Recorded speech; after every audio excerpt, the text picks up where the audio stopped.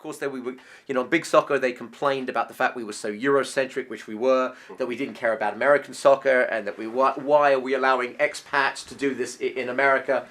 So, yes, it all came about the first season. I mean, I think I'm getting this right, but Mourinho came in, and it was the season, because it was the end of the first season of the TV show that Chelsea won the title for the first time in 50 years. So, this is where the rivalry started. You also have to recognise that in terms of timing, it was Cohen, Geber, it was Liverpool-Chelsea, it was the Champions League semi-final, it was the ghost goal, Luis Garcia and Gallas, and the ghost goal and all that stuff. So, in some respects, you started to look at the landscape that we were creating through Geber and myself, but what was going on with our clubs and the rivalry, and it was unbelievable. Yeah. It was all falling into place, and so then you go. Obviously, the goal is to become a daily show. That happens around February of 2005. Is that correct? Yeah. Well, what happened was we were paying Sports Byline for the Wednesday show. We were paying Byline to get onto Sirius, and at the time that Fox Sports World was really starting to develop, and there were rumors it was going to become the Fox Soccer Channel, Sirius were beginning to have discussions about picking up the Premiership. When they picked up the Premiership and made it official, I just thought to myself, look, what is the point of paying Byline to get onto Sirius when what if I go to Sirius on my own and say, do you want a daily show that will support your programming?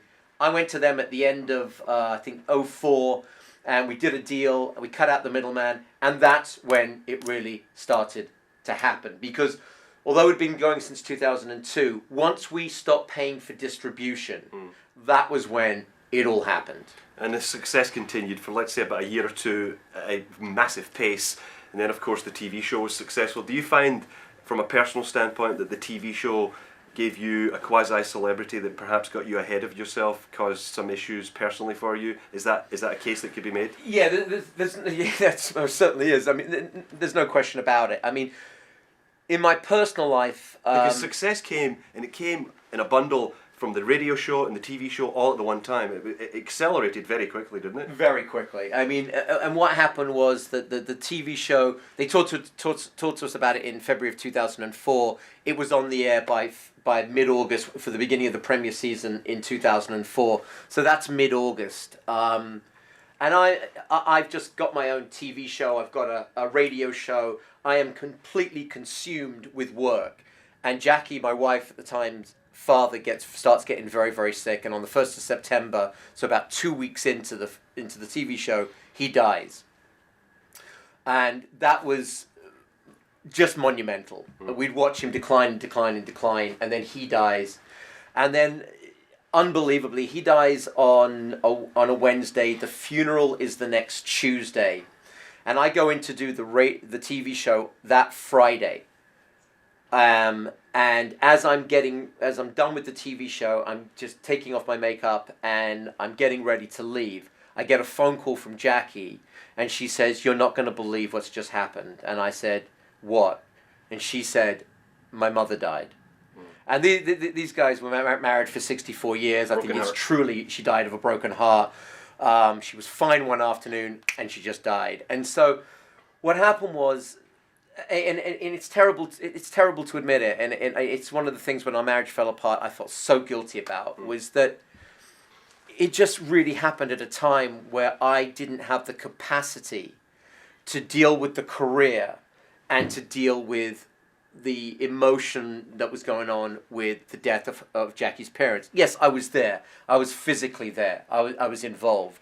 But I needed to get back to what was going on because it felt better. Yeah. It just felt better. And so as we go through 2005 and then we start to go through 2006, the success has become to the point where you're selling your own inventory, i.e. commercials on Sirius.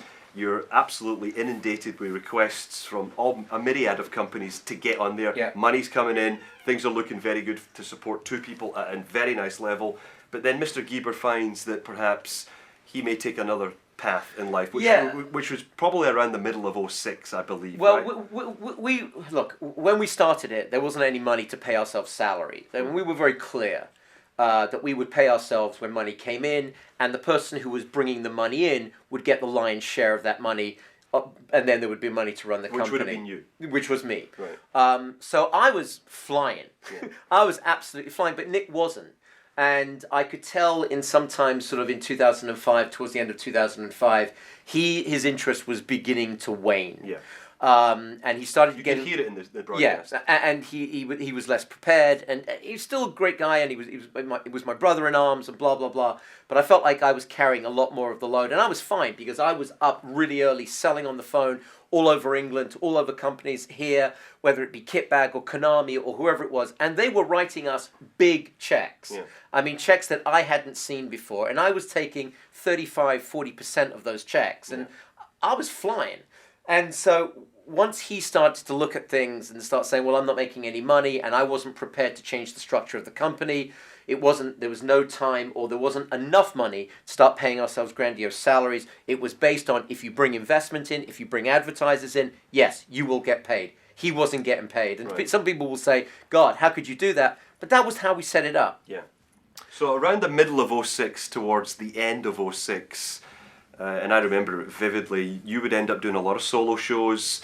You could tell it was getting a little bit tiresome. Some other people came in and helped you out. You put a request out to find the next host, for somebody to help replace It really happened sort of the beginning. It was happening the first 6 months of 06, and I was doing a lot of solo shows.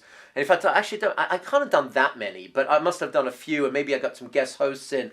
But he was gone more and more and more doing the poker gig with Bluff and all that stuff. So when I realized it was over for he and I on the radio side was when he started the World Cup and he left halfway through the World Cup. And I thought, are you kidding me? Yeah. And so, I put out requests, and Georgie Bingham came out after the World Cup, and we had a lot. There was just so much going on, and I put out the request for some guest hosts, and some people came in, and some were absolutely awful, and some were pretty good. And Howard Rogers was the guy we settled on, or I settled on as the host coming in. Which broke my heart because I had done a couple. Had you? I'd done one up the hill with you. The first person I ever spoke to was Jack Bell. We discussed Cassano heavily that day. And maybe you were a tad hungover that day, couldn't remember me. Maybe. But there were a lot of people. A lot of people had came through. But anyway, the evolution of Howard coming in was refreshing. A Manchester United supporter, a lot of Man United fans here. Take us through. That would be right at the end of 06 when I first met you, and going into 07, the introduction of Howard to the airwaves.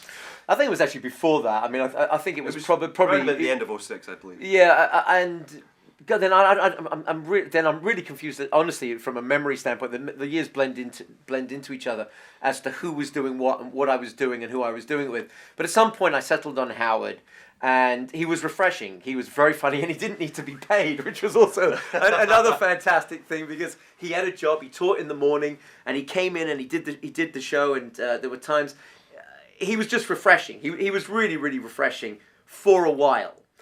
He was very Manchester United centric. Everything else was rubbish. Every other country was rubbish. Africa was rubbish. America was rubbish. England was rubbish. Ericsson was rubbish. McLaren was rubbish. You name it. The only thing that worked was Manchester United.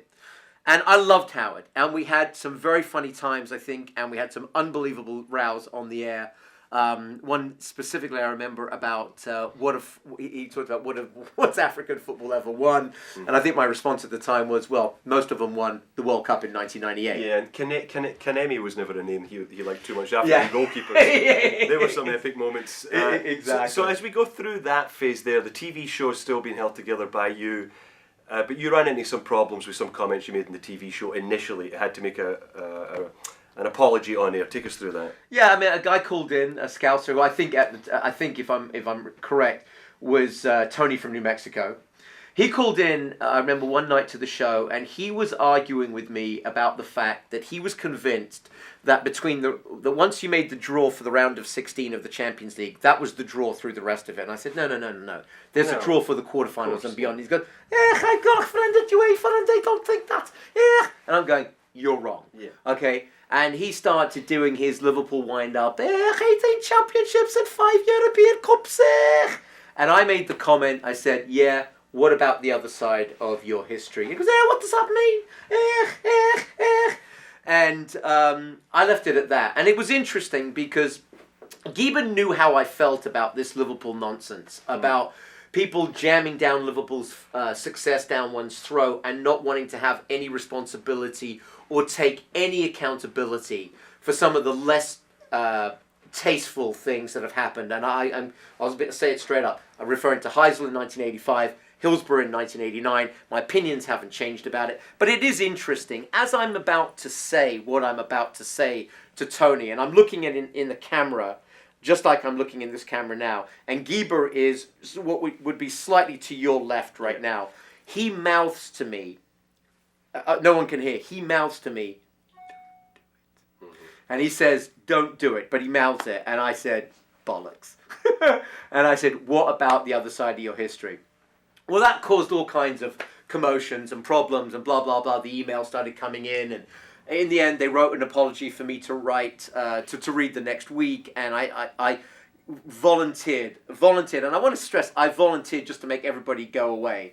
I volunteered to send $1,000 to the Hillsborough Justice Campaign. There was also an email I had sent, I think, on a Saturday morning to somebody who was trying to wind me up, and I made some comments to them about the other side, and they flashed through the internet. And bam! And all of a sudden, that afternoon, I was going somewhere, and somebody emailed me and said, "Did you say this? Blah blah blah. You're all over this. You're all over that. People are like, they're going crazy in England about these comments."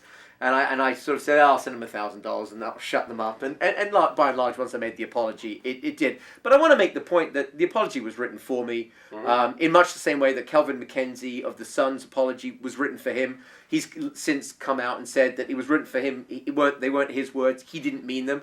And I didn't mean them when I said them. My opinion about those particular events, which, come into real focus a little bit later on in the story, hasn't changed. I'm sorry. I mean, and it's interesting because right now I'm listening as an audiobook to John Motson's book, and he's just getting to these particular events. There's a game between Luton and Millwall. There's always trouble. Yeah, there was trouble there. Then there was the Bradford fire. Yeah. Then there was Heysel, and then who knew what was going to happen 4 years later? And I just think that, I maintain to this day that this was a progression that English football was taking, and it had its climax, if you like, for want of a better word, with Hillsborough. So I made the apology, and we moved on. Yeah, there was a lot of angst in Britain at that time with the Thatcher era. People out of work, young people were rebelling, and the hooligan element was really saturated in football at that time. So early 07, mid to 07, the TV show gets moved to a Tuesday. It does. God, it starts on a Friday. It gets moved to a Tuesday. Right. You need a replacement, somebody to come in on a Tuesday for the radio show. I hear about it. I get to know you a little bit. I start to do a Tuesday on the radio show with Howard so that you can prepare for the TV show. That's right. My God, you've got better memory about this than I do. And then I completely forgot about that. And then you liked it to the point where Howard needed a Friday off here and there, and you said, okay, I'll go through the weekend or into the weekend with me on a Friday. So I had the Tuesday and then I had the Friday. This is early 07. We go through 07, you skate through the Liverpool thing, you're still rambling on about it on the TV, not on the TV, sorry, on the radio show. But then it gets to the point where Howard has to move on. Yes, he does. Howard has to move on, and then you and I collaborate, and then we guide ourselves through 08 and 09, where the TV is still a success. But then we had, obviously, our issues right around the early part of April in 09. Yeah, April the 13th, I made some comments.